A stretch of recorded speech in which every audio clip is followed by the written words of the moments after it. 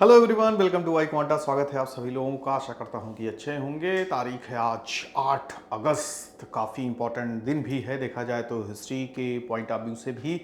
आज ही के दिन आपको याद होगा कि गांधी जी ने भारत छोड़ो आंदोलन, इंडिया क्विक मूवमेंट स्टार्ट किया था और स्लोगन क्या दिया था? करो या मरो का, डू और डाई। तो ये भी एक आपका जीके का क्वेश्चन हो गया यहाँ पे, और आगे भी काम आता रहेगा। तो इसके बारे में भी हमें पढ़ लेना चाहिए कम से कम। क्विट इंडिया मूवमेंट क्या था, कैसे था, तो कभी हुआ तो उसके बारे में भी पढ़ा जाएगा। तो आज इंपॉर्टेंट जो करंट अफेयर के आपके इंपॉर्टेंट टॉपिक्स हैं उनकी चर्चा करते हैं। देखते हैं कौन कौन से आर्टिकल्स रहे जो आपके लिए इंपॉर्टेंट रहेंगे। यहाँ पे काफ़ी इंपॉर्टेंट आर्टिकल आया है। जैसे कि आपको पता है, जो स्ट्रीट डॉग होते हैं, जो आवारा कुत्ते आप देखते होंगे सड़कों पे चलते रहते हैं, कभी कभी तो चलते फिरते काट लेते हैं बिना किसी कारण से। आप उनको छेड़ेंगे नहीं, उसके बावजूद भी वो काट लेते हैं। तो कई सारी देखते हैं दिक्कतें आती हैं। तो उसकी वजह से उनको कैसे ख़त्म किया जाए, उनको कैसे निपटारा कम दिखाई दें, तो काफ़ी देखा जाए तो म्यूनसिपैलिटी वगैरह जो नगर निगम वगैरह वाले होते हैं, तो कहा जाता है कि देखो पकड़ के ले गए, उनको मार देंगे, हत्या वगैरह। तो ये सब काफ़ी ज़्यादा, बहुत ही ज़्यादा देखा जाए तो मानवता के आधार पे इसको गलत माना गया है, क्योंकि किसी प्राणी की हत्या वगैरह नहीं करनी चाहिए। सुप्रीम कोर्ट ने इस पे डिसीजन दिया है और काफ़ी बड़ा डिसीजन दिया है। Supreme court of India rule that indiscriminate, कहा है सुप्रीम कोर्ट ने, indiscriminate killing of stray dogs, मतलब जो आवारा कुत्ते होते हैं, इज प्रोहिबिटेड। पूरी तरीके से क्या है, इसको रोकना होगा और बिल्कुल भी गलत है। और कहा गया है कि जो authorities must follow existing legislation focusing on sterilisation, मतलब नसबंदी वगैरह इन सब चीज़ों को, जैसे कि WHO ने भी बोला है कि हम दुनिया भर में, अपने ही देश में देखिए काफ़ी भारी संख्या में पाए जाते हैं, इसको ख़त्म नहीं कर सकते। मतलब हत्या न करके रोकथाम, ज़्यादा आबादी बढ़ना, इसी पे ही हम स्टरलाइजेशन के थ्रू ही आबादी को कम कर सकते हैं। मतलब जो बड़ी लेवल पे आप देखेंगे कि इनकी जनसंख्या काफ़ी बढ़ रही है, ठीक है, तो उसको रोकने के लिए आपका स्टरलाइजेशन एक प्रोसेस अपनाया जाता है, ठीक है। तो यहाँ पे सुप्रीम कोर्ट भी यही कह रहा है कि आप उनकी हत्या बिल्कुल भी ना कीजिए और फॉलो कीजिए फोकसिंग ऑन स्टरलाइजेशन, ठीक है। जजमेंट जो फैसला वगैरह दिया गया है, 15 साल पुराने आपके केस को सुलझाया गया है। Animal welfare board of India versus people for elimination of stray troubles and ORS, also known as, इसी को कहा जाता है all India stray dog case, या फिर AWBI वर्सेस पेस्ट, ठीक है, PST। तो इस आप केस का हवाला देते हुए सुप्रीम कोर्ट ने इसको फाइनली सुलझाया है और ये बताया है कि इनके जो हत्या करना, एक कहा जाता है कि यही एक निदान है, यही एक प्रोसेस है, इसको हम कम कर सकते हैं। आवारा कुत्तों की कमी जो बड़े लेवल पे ज़्यादा देखी जा रही है, उसको कम कर सकते हैं। तो बाकी चीज़ें यहाँ पे और भी केस को highlighted, the conflict between the state and municipalities law जो है पूरी तरीके से देखिए permitting the killing of stray dogs and central law advocating for sterilisation, दोनों के बीच जो दिक्कतें चलती रहती हैं, म्यूनसिपैलिटी वाले उठा के ले जाएंगे मारने के लिए, यहाँ पे केंद्र सरकार अपना अलग यहाँ पे कानून वगैरह है। तो इसके बीच काफ़ी लंबा इसके बारे में बात की गई है कि किस तरीके से इसको सुलझाया जाए। और यहाँ पे supreme court emphasise that the governing law, यहाँ पे इन्होंने बोला है सरकार ने, आपके सुप्रीम कोर्ट ने, कि जो आपका एक्ट वगैरह भी है, ठीक है, शासक के अंदर, प्रशासन के अंदर आप देखोगे सरकार के अंदर एक्ट भी है आपका, prevention of cruelty to animal act. किसी भी जानवर वगैरह को आप अगर क्या करते हैं, परेशान करते हैं या उनके साथ क्रूरल्टी करते हैं, ठीक है, तो उसके खिलाफ कानून वगैरह भी है। तो इसका हवाला दिया। उसके साथ साथ एनिमल बर्थ कंट्रोल रूल्स वगैरह भी है। तो इसका यहाँ पे हवाला देते हुए उन्होंने पूरी तरीके से कहा कि इसके तहत आप बिल्कुल भी किसी जानवर, इवन डॉग को भी आप नुकसान नहीं पहुंचा सकते, ठीक है। और उसके साथ साथ आपने फंडामेंटल ड्यूटीज भी देखिए पढ़ा होगा, तो उसमें भी साफ साफ लिखा हुआ है अंडर द आर्टिकल 51 AG, 51 में आपका क्या था, फंडामेंटल ड्यूटीज था।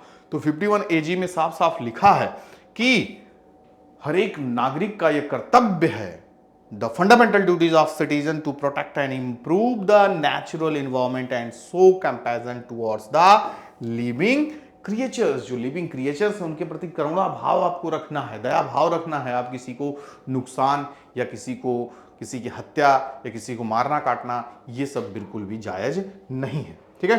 बाकी साइंटिफिक रिपोर्ट्स एंड अब की WHO गाइडलाइंस क्या कहती है टू सपोर्ट स्टरलाइजेशन, स्टरलाइजेशन को सपोर्ट करती है, ना कि हत्या को, as the only human and effective method of control the stray dog population rather than killing. यानी मारने के स्थान पे हम क्या कर सकते हैं, जो स्ट्रे डॉग आवारा कुत्तों को कंट्रोल कर सकते हैं बढ़ने से सिर्फ और सिर्फ स्टरलाइजेशन के माध्यम से, ना कि उनकी हत्या करना एक उपाय।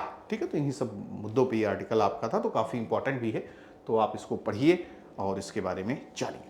ठीक है, बाकी यहाँ पे आपको पता है कि ज़्यादा अभी डीप में जाने की ज़रूरत नहीं, बस नज़र हमें बना के रखनी है कि क्या हो रहा है बांग्लादेश में, उसकी वजह से पूरी दुनिया में उसका क्या असर है। ज़्यादातर देखा जाए तो भारत का नेबरिंग कंट्रीज़ था, ठीक है, नेबरिंग पड़ोसी था हमारा, ठीक है, तो उस पर हमारे देश पे क्या असर पड़ेगा वहाँ की वजह से, तो इन सब पे हमें नज़र बना के रखना। तो यहीं पे इससे रिलेटेड ही बात की गई है, the leader who lost touch with Bangladesh. इतना देखा जाए तो काफ़ी बड़ा इनको क्रेडिट भी जाता है, डेवलपमेंट एक्टिविटीज़ में काफ़ी बड़े लेवल पे इन्होंने परफॉर्म किया था। शेख हसीना जो आपकी प्राइम मिनिस्टर थी, अब फिलहाल देखिए उनको रिज़ाइन करके जाना पड़ा इंटरनल चैलेंजेस की वजह से। देखा जाए तो डेवलपमेंट में काफ़ी बड़ा काम किया, ठीक है, फिर उसके बाद देखा जाए पर कैपिटा इनकम अपने यहाँ से बेहतर था, ठीक है, तो लेकिन इन सब कारणों के बावजूद भी सब कुछ अच्छा चल रहा था, लेकिन इंटरनल डिस्टर्बेंस देखिए, जो छात्रों ने कोटा सिस्टम वगैरह के खिलाफ खड़े हो गए, तो वो काफ़ी ज़्यादा नुकसानदेह रहा। तो उसी के बारे में बात है। Bangladesh prime minister Sheikh Hasina's exit from power has led to chaos and violence. बड़े लेवल पर देखिए, आप टीवी पे देख रहे होंगे, मोबाइल पे देख रहे होंगे, पूरा सब एकदम पार्लियामेंट में घुस गए। उसके साथ साथ जो आपके अवामी लीग के लीडर्स थे, उनके घरों में सबको लूट पाट और पूरी तरीके से मारा पीटा गया। जिन सुनने में आया कि 20-30 अवामी लीग के जो लीडर्स थे उनको जिंदा जला दिए, तो काफ़ी हद तक गलत है ये, इस तरीके से होना ही नहीं चाहिए। ठीक है, आपकी ही देश की संपत्ति है, ठीक है, आप जिसके खिलाफ थे तो उसके खिलाफ आप खड़े हुए, डेमोक्रेसी है, आपके पास पावर है, तो लेकिन नुकसान पहुंचाना खुद को किसी और को, ये गलत बात है। तो वही बात रहा यहाँ पे, targeting her supporters, minorities and law enforcement, मतलब जितने भी सपोर्टर्स, मतलब इनकी पार्टी से रिलेटेड जो मिनिस्टर्स थे, लोग थे, उनको काफ़ी नुकसान पहुंचाया गया। जो अल्पसंख्यक माइनॉरिटीज़ के लोग थे उनको काफ़ी नुकसान पहुंचाया गया। The instability involve systematic attack on police and looting the weapons by the religious radicals. Police, even police को भी नहीं छोड़ा गया। वीडियोज़ वगैरह देखे होंगे, लोग मार रहे हैं, कुछ जो अच्छे लोग हैं पुलिस को बचा भी रही है। तो यहाँ पे इनके जो काम वगैरह किए गए, नो डाउट काफ़ी ज़्यादा डेवलपमेंट एक्टिविटीज़ इनके द्वारा की गई। 6.15 किलोमीटर का इन्होंने ब्रिज वगैरह भी बनवाया। कहाँ पे? On the mighty Padma river, completed during Hasina's tenure. इन्हीं के ही टाइम पीरियड में कंप्लीट हुआ। Symbolize her focus on infrastructure which aim the boost connectivity and GDP.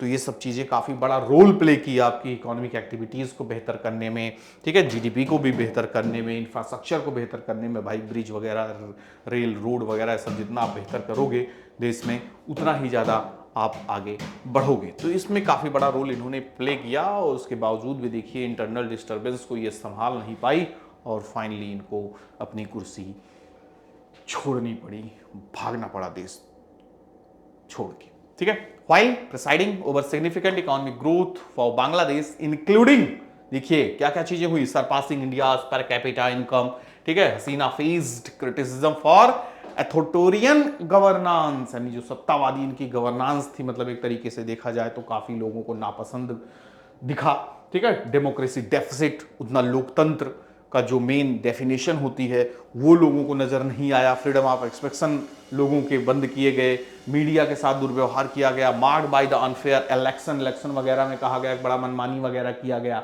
ठीक है, अपने हिसाब से सब करवाई, ठीक है। And the suppression of opposition, यानी अपोजिशन था, जैसे कि आज की अपोजिशन आप देखते रहे होंगे, काफ़ी बड़े लेवल पे यहाँ पे उसको सप्रेस किया गया, दबाया गया, यानी कि उनको अपनी बातें नहीं कह सकते, होता नहीं। जैसे यहाँ पर भी अपने इंडिया में भी देखिए कि जब आपका 14 का चुनाव हुआ, अपोजिशन ही नहीं था, ठीक है, 19 में नहीं था, तो अब देखिए आया है, तो एक तरीके से डेमोक्रेसी काफ़ी क्या हुई है, मजबूत हुई है, ठीक है। तो यहाँ पे अपोजिशन नहीं था, तो अपोजिशन ने भी पूरा फायदा उठाया इस चीज़ का, ठीक है। अपोजिशन ने भी पूरा फायदा उठाया, जो स्टूडेंट्स थे उनके सपोर्ट में रहे सॉरी, और उसके साथ साथ और भी कई समस्याओं का सामना करना पड़ा हसीना को। कोविड-19 का जो पेंडेमिक हुआ था, ठीक है, उसमें देखिए काफ़ी दुनिया भर की इकोनॉमी पीछे हुई।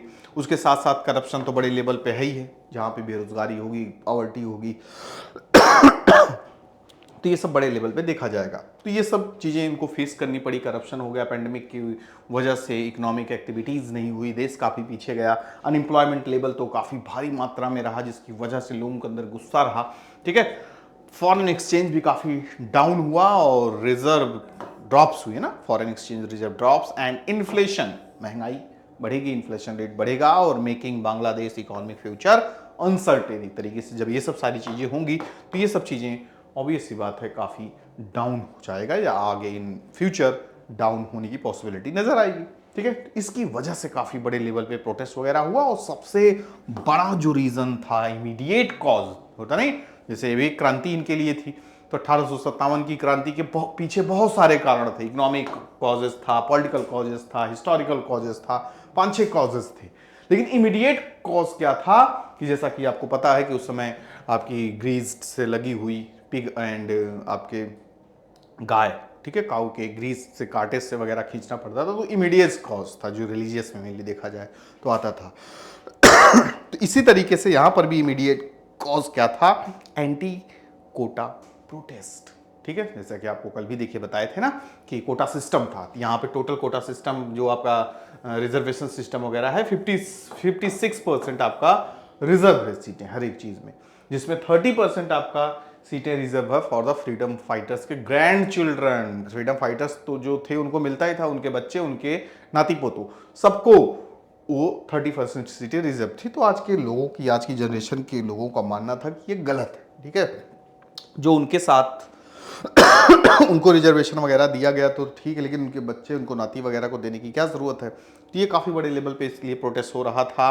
फिर उसके बाद यहाँ पे शेख हसीना के द्वारा जो रिमार्क्स किए जाते थे लोगों के, मतलब होता नहीं जो प्रोटेस्ट लोग कर रहे हैं उस पर इनका जो टिप्पणी कमेंट्स वगैरह था वो भी काफ़ी एक तरीके से गलत था। ठीक है, जैसे कि उन्होंने कहा कि रिजर्वेशन क्या हम यहाँ के फ्रीडम फाइटर्स को नहीं देंगे तो क्या रजाकारों को देंगे। रजाकार वहाँ के गद्दार, मतलब जो देखा जाए तो जो पाकिस्तान, ये वाला पाकिस्तान है वेस्टर्न पाकिस्तान, तो जो ईस्टर्न पाकिस्तान वाले वेस्टर्न पाकिस्तान का सपोर्ट करते हैं या जो एंटी होते हैं तो उनको कहा जाता था। तो वही इनका कहना था कि क्या हम आपके फ्रीडम फाइटर्स के बच्चों को नहीं देंगे तो क्या रजाकार के बच्चों को देंगे। तो ये सब एक तरीके से गलत बात, यानी और एक तरीके से लोगों ने क्या मान लिया कि जो देश के लिए खड़े हैं या प्रोटेस्ट के खिलाफ हैं वो रजाकार हैं, यानी गद्दार हैं। तो ये सब चीज़ें यहाँ पे इनको ज़्यादा लोगों के दिल से उतरती गई। ठीक है, और इनका धीरे धीरे क्या हो गया, पॉलिटिकल डाउनफॉल हो गया। चलिए आगे बढ़िए, आप भी बच के रहिए, मौसम ख़राब है, कभी भी अटैक हो सकता है, तो हर चीज़ संभाल के रखना है। फिर उसके बाद एक आप यहाँ पे देखेंगे what led to the fall of Sheikh Hasina. यहाँ पर भी वही बातें की गई हैं रिलेटेड टू शेख हसीना कि अवाम लीग की जो लीडर हुआ करती थी फाइनली अब नहीं रही, अपने पद पर देश छोड़ के भागना पड़ा। Brought economic progress to the Bangladesh lifting millions of poverty, काम इन्होंने किया था, लेकिन बस वही है कि जो चैलेंजेस इन्होंने फेस किया अभी कुछ सालों में, कुछ समय में, महीनों में, वो इनके लिए काफ़ी नुकसानदेहक रहा। यहाँ पे आप देख रहे हैं कि यहाँ पे यही कहा जा रहा है कि इन्होंने मिलियंस ऑफ लोगों को पॉवर्टी से बाहर लेके आई। ठीक है, उसके साथ साथ इकोनॉमिक प्रोग्रेस भी इन्होंने काफ़ी किया, बट इंटरनल चैलेंजेस की वजह से उनको देश छोड़ के भागना पड़ा। ठीक है, the resentment of a controversial quota system, यही मेन कारण थे, इमीडिएट कॉज थे। ठीक है, जो कि हाई कोर्ट ने भी हाल ही में इसको बहाल कर दिया। 2018 में जो था इन्होंने इससे उसको खत्म कर दिया था, मतलब उसके खिलाफ थी। लेकिन फिर धीरे धीरे देखिए यहाँ पे बात आपका कोर्ट वगैरह में गई तो कोर्ट ने बहाल कर देने दिया, ठीक है। फिर सरकार के खिलाफ लोग सड़कों पे उतर आए और उसका कारण आप जान ही रहे हैं आगे क्या हुआ। जो अपोजिशन पार्टीज थी वो भी खूब साथ दी। ठीक है, किसका, स्टूडेंट्स का पूरा उनको सपोर्ट मिला। देखिए पूरा सेना ने भी इवन साथ दी, सेना भी नाखुश वगैरह थी। तो यहाँ पे अक्सर तख्ता पलट वगैरह सेना का, चाहे वेस्टर्न पाकिस्तान आज का पाकिस्तान हो अपना, चाहे ईस्टर्न पाकिस्तान बांग्लादेश हो, तो यहाँ पे मेन पावर कंट्रोल एक तरीके से आपकी सेना के ही हाथ में रहता है। इकोनॉमिक चैलेंजेस जिसमें आप देख रहे हैं कोविड-19 था, रशियन यूक्रेन वॉर था, contributed to high inflation and youth unemployment. दो ये भी बहुत बड़े इशू थे, एक तो इन्फ्लेशन, महंगाई खूब ज़्यादा, यूथ का अनएम्प्लॉयमेंट, ये ज़्यादा नुकसानदेह रहा, जो कि फाइनली आपका पब्लिक डिसकंटेंट का कारण बना। तो miss Hasina failure to gauge the anger of the student and her reliance on the excessive force to quell protest led to her downfall. ठीक है, उसको रोक पाई नहीं, समझ पाई नहीं, लोगों की भावनाओं को नहीं समझ पाई और उसमें शामिल नहीं हुई। ठीक है, और वो फाइनली इनकी गद्दी इसकी वजह से जी चली गई। In the wake of miss Hasina's resignation and interim government, अब फाइनली देखा जाए तो जैसे ही इन्होंने देश छोड़ा उसके बाद शाम को जो चीफ थे, जनरल चीफ थे आपके मिलिट्री के, तो उन्होंने बयान वगैरह दिया कि हमने जो अदर्स पार्टीज़ हैं इंटरिम गवर्नमेंट बनाने के लिए उनको कॉल कर दिया है। और फाइनली यहाँ पे देख रहे हैं नोबल नॉरेट मोहम्मद यूनिस लीड करेंगे और आज शपथ वगैरह भी लेंगे। तो उसके बाद अब इनके पार्टी के लोग भी कहना शुरू किए हैं कि अब जल्द से जल्द नया चुनाव हो और फाइनली लोग इलेक्ट होके आए और क्या हो, आपका नए तरीके से सरकार चले। एक आर्टिकल और आपको दिखेगा एडिटोरियल के पास में ही, अ केस ऑफ एक्सेसेस। तो दिस इज रिलेटेड टू पूजा खेड़कर, अभी हाल ही में काफ़ी चर्चा में रही। हर चीज़ फर्जी डॉक्यूमेंट बना के पूरा यहाँ पे यूपीएससी को इन्होंने चकमा दे दिया, जो कि देखा जाए तो यूपीएससी एक ऐसा एग्ज़ाम है जो पूरी तरीके से फ्री फेयर सारा आपका एग्ज़ाम होता है, किसी भी तरीके की धांधली नहीं होती, किसी भी तरीके की दिक्कत नहीं होती। खैर धांधली यहाँ पे नहीं कह सकते, यहाँ पे एक तरीके से चकमा टाइप देना, मतलब फ्रॉड करना यूपीएससी के साथ। लेकिन यूपीएससी का भी एक तरीके से क्वेश्चन उठ रहा है यूपीएससी के ऊपर, भैया किस तरीके से तुम जांच पड़ताल, क्योंकि हर चीज़ें देखी जाती है ना, हर चीज़ का जांच वगैरह होती है, सारी चीज़ें चेक की जाती हैं। तो यहाँ पे रिक्रूटमेंट प्रोसेस पे थोड़ा सवाल उठाए गए हैं यूपीएससी के कि थोड़ा यहाँ पे ध्यान देना होगा। जो इन्होंने यहाँ पे क्या किया, सारे रूल्स का वायलेशन किया है। ठीक है, इन्होंने देखिए faked mental illness, visual impairment, community and disability certificate का पूरी तरीके से फर्जी सब कुछ बना के उसका लाभ उठाया, उसके साथ साथ अपने पिता के पद का भी पूरी तरीके से लाभ उठाया।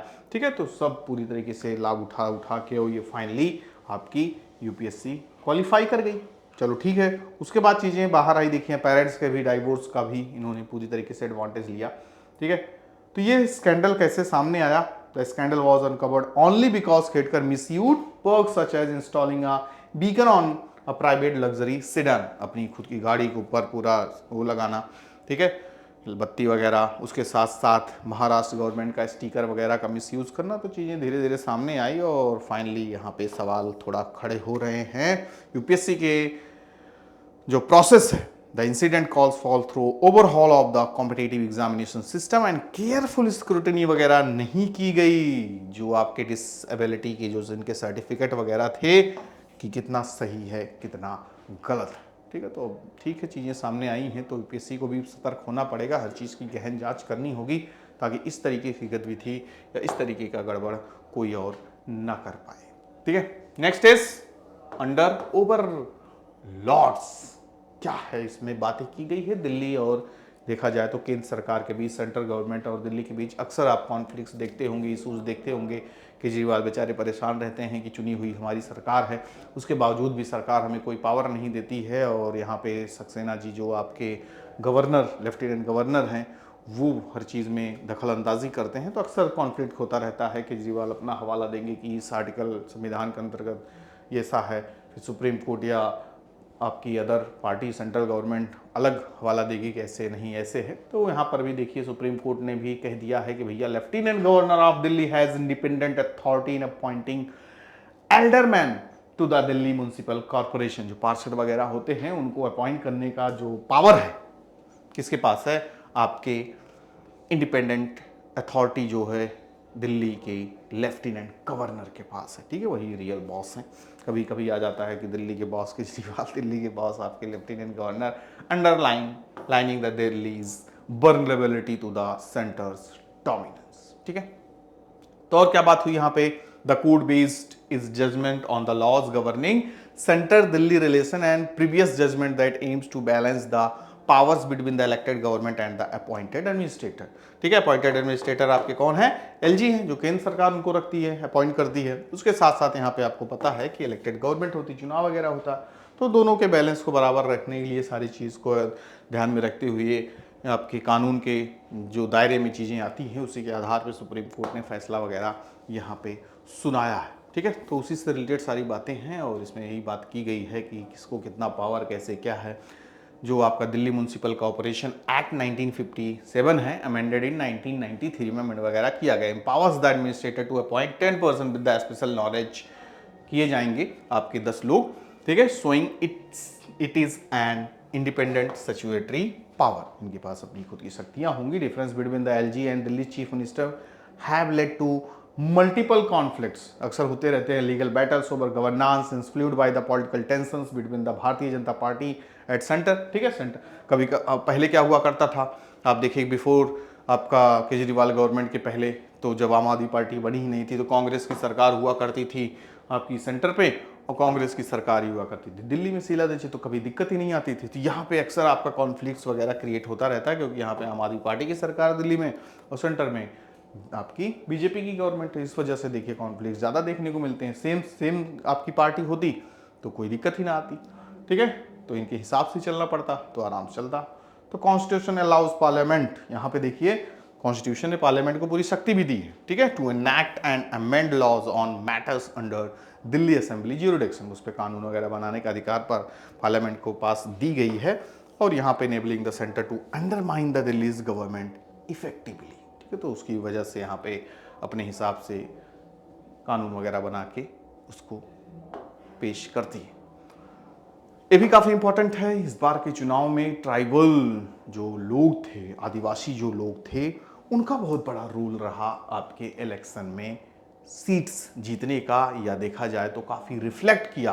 वोट पॉसिबिलिटीज़ बहुत ज़्यादा क्रिएट हुई। नए नए यहाँ पे देखो, नो डाउट पहले भी आपके रिप्रेजेंटेटिव्स रहते थे, लेकिन इस बार भारी संख्या में भी जीत के लोग आए। यहाँ पे एक देखिए आपका नाम है प्रियंका जरकीहोली, ठीक है, ट्राइबल वीमन थी और इन्होंने seat the name of the constituency Chikodi Lok Sabha seat पे इन्होंने जीता कर्नाटका में, जो कि है और एक हिस्टोरिकल विन था। और उसके साथ साथ यंगेस्ट पार्लियामेंटेरियंस थी ये, सबसे देखा जाए तो कम उम्र में सांसद बनने वाली महिला। और उसके साथ साथ टोटल जो इनके पास वोट का परसेंटेज है वो 51.2% आया, जो कि ये दर्शाता है कि सबका सपोर्ट, क्योंकि ट्राइबल पॉपुलेशन वगैरह देखो काफ़ी सिंगल डिजिट में होते हैं। 5% उस कॉन्स्टिट्यूंसी में सिर्फ और सिर्फ 5% ट्राइबल पॉपुलेशन था, 15% दलित थे और 10% मुस्लिम्स थे। बाकी के आपकी जो लार्ज प्रोपोर्शन था वो ओबीसी और अपर कास्ट की थी। लेकिन देखिए वोट नंबर ऑफ वोट्स जो मिले उनको सबका मिला होगा, तभी देखिए 51.2% इन्होंने वोट हासिल किया। तो ये सब काफ़ी अच्छा चीज़ दर्शा रहा है कि लोग अब जो सही है वही चुन रहे हैं। ये मैटर नहीं करता कि आप किस कम्युनिटी से बिलोंग करते हैं। तो 18th जो लोकसभा भी था, ये इसको भी ध्यान रखिए कौन सा लोकसभा था, 18th लोकसभा था।